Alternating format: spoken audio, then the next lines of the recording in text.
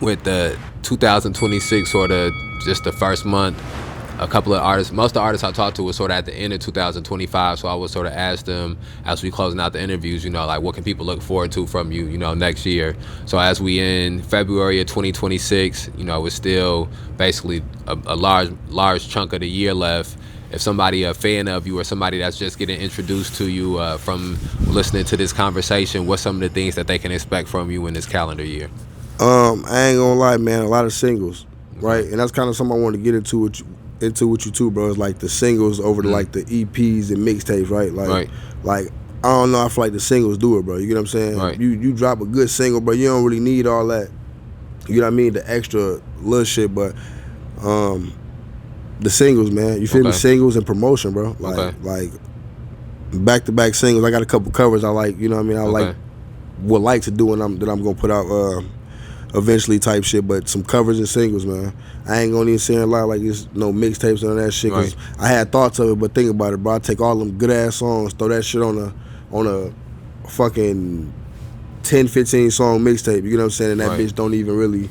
You know what I'm saying? It's getting looked over because you giving them that shit all that. You know what I'm saying? Right. You gotta warm up to these people, bro. Like you gotta, you know what I'm saying? You gotta show motherfuckers that you really with that shit. And I feel like singles do it. You know what I'm saying? So to my fans and people who with me and rocking with me, bro, it's singles. You know what I'm saying? And if they believe in that shit, I'm telling you, like that shit.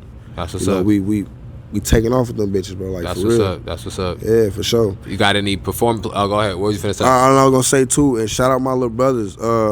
Curio, Lil Davion, man, I'm telling you, like these kids, man, they up next, like for sure. You know what I'm saying? Yeah. Like they really up next, man. Like it's some shit that like they inspiring me too. You know what I mean? Like they putting me on the new flows and new sounds. You know what I mean? Like them boys is hard. You know what I'm saying? And like they coming up, bro. You know what I mean? They definitely coming up. That's what I want to say. No, yes, I think it's always important to have different. You have younger generations as you create and as you get older, having a good connection to younger artists and being inspired by them and influenced by them, and in turn being able to sort of show them a couple of shortcuts. Right, that for sure. Maybe somebody wasn't able to show you. So I think that's the thing that's real important. As I've been having these conversations with everybody, one of the things I think is real important about the platform that I'm trying to work in coordination with everybody with to create is to just to showcase how many different people in the city and in the area are creating hip-hop music, all the different people that's contributing to the culture. I think a lot of times people in the city want to listen to local music and would listen to local music and local artists if they knew where they could find local music or local artists, or if they knew all the different local music or local artists or new artists outside of just their sphere of influence. And so as I'm talking to different people from sort of different generations and different sides of town and that make different kinds of music, and eventually even people who maybe don't necessarily write music or are rappers but are involved in the culture in some way, the hope is to sort of just build out this large conversation that's continuous about the culture and the A15 and the culture and the music scene. Go ahead. No, for sure, bro. And I didn't want to get too far gone, right, too, because I ain't gonna lie, bro. Another person who contributed a lot to my to me being into this shit for sure, bro, was Tidwell. You know what I mean? Okay. Rest in peace to Tidwell, bro. I used to get in trouble, and I don't know if I missed this question. You know what I'm saying? Right. But I just don't want to forget it before we leave, bro. Yeah. But Tidwell, bro, he really contributed a lot to what I had going on, bro. I went to Regional Learning Academy. You know what I'm saying? I used to get in trouble and shit, bro.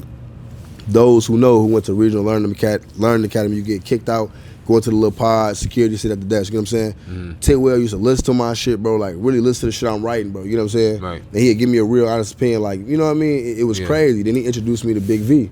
Right? Which is my big homie. I love Big V. That's my dog, bro. He the one who took me to record my first ever, to me, real deal song, bro. Right. Which was Thoughts in the Inbox. Right.